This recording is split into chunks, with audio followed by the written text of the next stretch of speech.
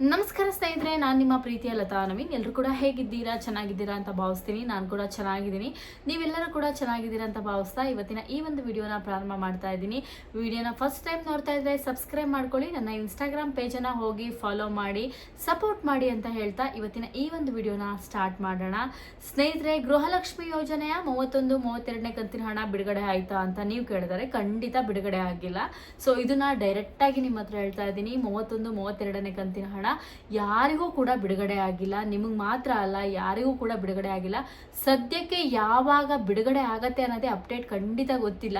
ಅಧಿಕಾರಿಗಳು ಇದನ್ನ ಇನ್ನೂ ಹೋಲ್ಡ್ ಆಗಿ ಇಟ್ಟಿದ್ದಾರೆ. ಇವತ್ತು ಬಿಡುಗಡೆ ಆಗುತ್ತೋ, ನಾಳೆ ಬಿಡುಗಡೆ ಆಗುತ್ತೋ, ನಾಳೆ ಬಿಡುಗಡೆ ಆಗುತ್ತೋ ಅನ್ನೋದು. ಸೊ ಒಂದ್ ಕಡೆಯಲ್ಲಿ ನೋಡಿದರೆ ಈ ಚುನಾವಣಾ ಏನು ಎಲೆಕ್ಷನ್ ಇಂದ ವೋಟರ್ ಐ ಡಿ ವೆರಿಫಿಕೇಶನ್ ನಡೀತಾ ಇದೆಯಲ್ಲ, ಇದೆಲ್ಲ ಕಂಪ್ಲೀಟ್ ಆದ್ಮೇಲೆ ಬಿಡುಗಡೆ ಆಗ್ಬೋದು. ಯಾಕೆ ಅಂದ್ರೆ ಸೊ ಈ ಹಿಂದೆ DK ಶಿವಕುಮಾರ್ ಸರ್ ಅವ್ರು ಹೇಳ್ದಂಗೆ ನೀವು ಗೃಹಲಕ್ಷ್ಮಿ ಯೋಜನಾ ಹಣವನ್ನ ಪಡ್ಕೋಬೇಕಂದ್ರೆ ವೋಟರ್ ಐ ಡಿ ಕಂಪಲ್ಸರಿ ಅಂತ ಹೇಳಿದ್ದಾರೆ. ಈ ಕಂಪಲ್ಸರಿಯಲ್ಲಿ ನೀವು ಗೃಹಲಕ್ಷ್ಮಿ ಯೋಜನಾ ಹಣವನ್ನ ಪಡ್ಕೋಬೇಕಂದ್ರೆ ವೋಟರ್ ಐ ಡಿ ಇಂಪಾರ್ಟೆಂಟ್ ಆಗಿರುತ್ತೆ. ಹಾಗೆ ಗೃಹ ಜ್ಯೋತಿ ಯೋಜನೆಯ ಪ್ರತಿ ತಿಂಗಳು ಹಣವನ್ನ ಈಗ 0 ಕರೆಂಟ್ ಬಿಲ್ ಬರ್ತಾ ಇರುತ್ತೆ. ಕೆಲವರಿಗೆ 80 ರೂಪಾಯಿ, 100 ರೂಪಾಯಿ ಅತಿ ಕಡಿಮೆ ಬೆಲೆಯಲ್ಲಿ ಕರೆಂಟ್ ಬಿಲ್ ಬರ್ತಾ ಇರುತ್ತೆ. ಅಂತವರಿಗೆ 0 ಕರೆಂಟ್ ಬಿಲ್ ಬರಬೇಕು ಅಂದ್ರೆ ಮತ್ತೊಮ್ಮೆ ಗೃಹ ಜ್ಯೋತಿ ಡಿಪಾರ್ಟ್ಮೆಂಟ್ ಇಂದ ಮತ್ತೆ ನಿಮ್ಮ ಬಿಲ್ಗಳ ಮರುಪರಿಶೀಲನೆಯನ್ನು ಕೂಡ ಮಾಡ್ತಾ ಇದ್ದಾರೆ. ಸೊ ಯಾರೆಲ್ಲ ಗೃಹ ಜ್ಯೋತಿ ಯೋಜನೆಗೆ ಅರ್ಜಿಯನ್ನ ಹಾಕಿದಿರೋ ನಿಮ್ಮೆಲ್ಲರಿಗೂ ಕೂಡ ಸೊ ತುಂಬಾ ಜನಕ್ಕೆ ಉಪಯೋಗ ಆಗುತ್ತೆ, ತುಂಬಾ ಜನಕ್ಕೆ ಅದು ಕ್ಯಾನ್ಸಲ್ ಕೂಡ ಆಗುತ್ತೆ. ಕ್ಯಾನ್ಸಲ್ ಆಗುವಂತ ಕಾರಣ ಇಷ್ಟೇ, ನೀವು ಕಮರ್ಷಿಯಲ್ ಇದ್ರೆ ಗೃಹ ಜ್ಯೋತಿ ಯೋಜನೆ ಉಪಯೋಗ ಇಲ್ಲ ಅಂತ ಈ ಹಿಂದೆ ಸರ್ಕಾರ ಹೇಳಿತ್ತು. ತುಂಬಾ ಜನ ಅಂಗಡಿಯನ್ನು ಇಟ್ಕೊಂಡಿದ್ದೀರಾ, ಚಿಕ್ಕದಾಗಿ ಹೋಟೆಲ್ ಅನ್ನ ನಡೆಸ್ತಾ ಇದ್ದೀರಾ, ಇವರೆಲ್ಲರೂ ಕೂಡ ಗೃಹ ಜ್ಯೋತಿ ಯೋಜನೆ ಉಪಯೋಗವನ್ನ ಪಡ್ಕೊತಾ ಇದ್ದಾರೆ. ಇನ್ನು ಗೃಹಲಕ್ಷ್ಮಿ ಯೋಜನೆ ವಿಚಾರಕ್ಕೆ ಬರೋದಾದ್ರೆ ಗೃಹಲಕ್ಷ್ಮಿ ಯೋಜನೆ ವಿಚಾರದಲ್ಲೂ ಅಷ್ಟೇ ತುಂಬ ಜನ ಏನು ಮಾಡಿದ್ದಾರೆ, ಟ್ಯಾಕ್ಸ್ ಪೇಯರ್ ಕೂಡ ಗೃಹಲಕ್ಷ್ಮಿ ಯೋಜನೆಗೆ ಅರ್ಜಿಯನ್ನು ಹಾಕಿದ್ದಾರೆ.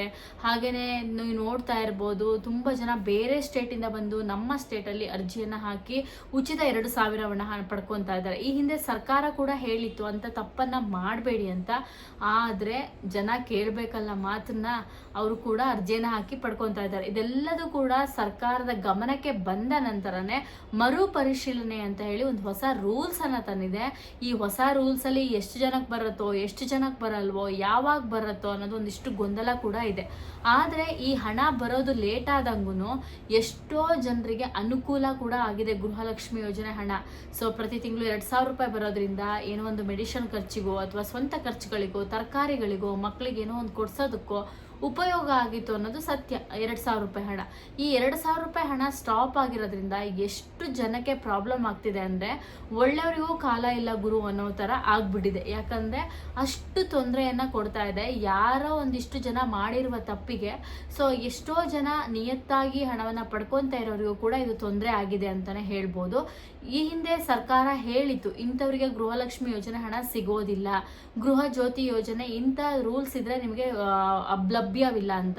ಆದರೂ ಕೂಡ ಗೃಹಲಕ್ಷ್ಮಿ ಯೋಜನೆಗೂ ಅರ್ಜಿಯನ್ನು ಹಾಕಿದ್ದೆ, ಗೃಹ ಜ್ಯೋತಿ ಯೋಜನೆಗೂ ಅರ್ಜಿಯನ್ನು ಹಾಕಿದ್ದೆ, ಪ್ರತಿ ತಿಂಗಳು ಪಡ್ಕೊತಾ ಇರೋದೆ.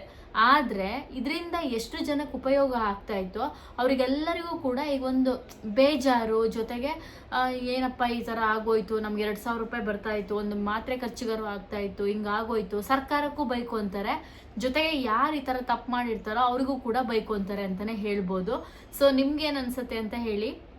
ಬಟ್ 2,000 ರೂಪಾಯಿನ ಸ್ಮಾಲ್ ಅಮೌಂಟ್ ಅಂತ ನಿಮ್ಗೆ ಅನಿಸ್ಬೋದು, ಬಟ್ ಎಷ್ಟೋ ಜನಕ್ಕೆ ಇದು ಬಿಗ್ ಅಮೌಂಟ್ ಅಂತಲೇ ಹೇಳ್ಬೋದು. ಎಷ್ಟೋ ಜನ ಸೊ ಈಗ ನೋಡ್ಬೋದು, ತುಂಬ ವಯಸ್ಸಾಗಿರ್ತಾರೆ, ಅವರಿಗೆ ಮಕ್ಕಳಿರಲ್ಲ. ಇನ್ನು ಕೆಲವರಿಗೆ ವಯಸ್ಸಾಗಿರ್ತಾರೆ, ಮಕ್ಕಳಿದ್ರೂ ಕೂಡ ಅವ್ರಿಗೆ ಕೈಯಲ್ಲಿ 1 ರೂಪಾಯಿ ಕೊಡ್ತಾ ಇರಲ್ಲ. ಈ ಥರ ಕೆಲಸಗಳು ಕೂಡ ಆಗಿರುತ್ತೆ. ಇನ್ನು ಕೆಲವರಿಗೆ ಎಲ್ಲರೂ ಕೂಡ ಇರ್ತಾರೆ, ಹಸ್ಬೆಂಡ್, ಮಕ್ಕಳು, ಹಾಗೇನೆ ಎಲ್ಲರೂ ಕೂಡ ಇರ್ತಾರೆ. ಆದರೂ 2,000 ರೂಪಾಯಿ ಬರೋದ್ರಿಂದ ಏನೋ ಒಂದು ಚಿಕ್ಕದಾಗಿ ಮನೆ ಮೇಂಟೆನೆನ್ಸಿಗೋ, ಮಕ್ಕಳು ಟ್ಯೂಷನ್ ಫೀಸ್ಗೋ, ಮಕ್ಕಳ ಖರ್ಚಿಗೋ ಅಥವಾ ನಮ್ಮ ಖರ್ಚಿಗೂ ಕೂಡ ಸಹಾಯ ಆಗ್ಬೋದು ಅಂತ ಕೂಡ ಎಷ್ಟೋ ಜನ ಯೋಚನೆ ಮಾಡ್ತಾ ಇರ್ತಾರೆ.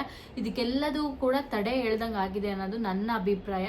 ಸೊ ನಿಮ್ಗೆ ಏನ್ ಅನ್ಸುತ್ತೆ ಅನ್ನೋದನ್ನ ಕಮೆಂಟ್ ಮಾಡೋದು ಮಾತ್ರ ಮರಿಬೇಡಿ. ಇದಿಷ್ಟು ಬಿಗ್ ಅಪ್ಡೇಟ್ ಅಂತ ಹೇಳ್ತೀನಿ. ಹಾಗೆ ಈ ಗೃಹಲಕ್ಷ್ಮಿ ಯೋಜನೆ ಹಣ ಬರೋದೇ ಇಲ್ವಾ ಅನ್ನೋದಾದ್ರೆ 100% ಆಗಿ ಬರುತ್ತೆ.